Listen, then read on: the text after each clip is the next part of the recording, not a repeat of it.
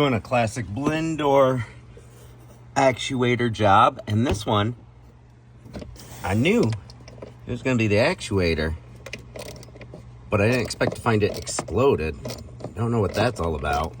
But if you don't have a set of these already, palm ratchets, they are so wonderful for working on stuff under the dash in the glove box, because most of the time this hardware is just going into plastic, right? So you don't really need that much torque. There we go. If you don't got a set of those already, I'll find a link and drop it down below maybe. But I love them for little things like that where you can't really get much into. Now it's time to snag out this actuator, and the gears are just falling right out of it. I don't know what made it explode, but interesting. Now we get to see if the door will move, and the door does not seem to be moving. Well, we might have a jammed up door there, and that's why the actuator came apart. Ouch. Put our ground back on. Hear that clicking come up right away. Battery gets disconnected, it does a recalibration on the climate control, and you can actually put your hand right on this one and feel it clicking. Just replace that one. That was the one that was exploded, and the reason why the AC was stuck on. Now this one is, what is that one, recirculation door or something? So this has 4 little actuator motors inside the HVAC box. And that right there is a bad one.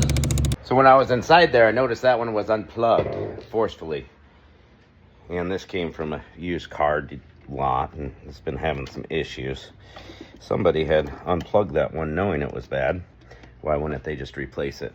I'm not sure, but I'm going to take it out and see if everything moves the way it should. If it does, pop a new actuator in there and do the old recal. You can do it with a scan tool, or you can unplug and plug in the battery on a lot of these Chevy GM vehicles. Now I'm going to show you how it works with my hand. Oh, new tattoo. Pretty sick, huh? So this door right here, which changes from heat to AC, who knows how long that actuator was bad, and I just worked the door back and forth a little bit and it was good. Now this one right here, let me get my hand on the doorknob. Let me see if I can get my hand in here and film at the same time. See, this one moves back and forth like butter. There's no restrictions, so I feel good about slapping another actuator in.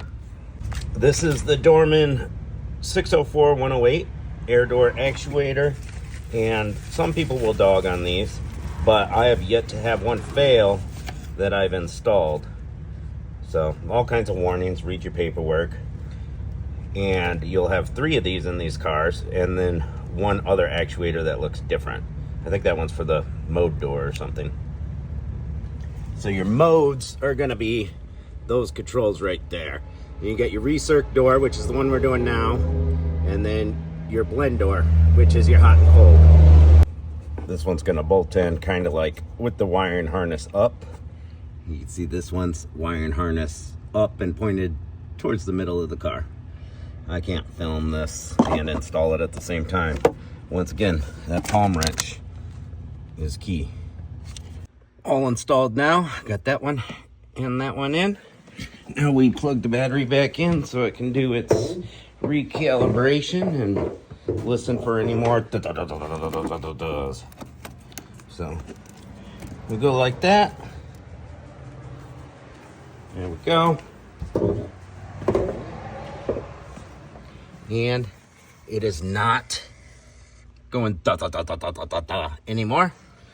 2 actuators fixed. I was coming in just to replace one, but had an extra one in case, and came in handy.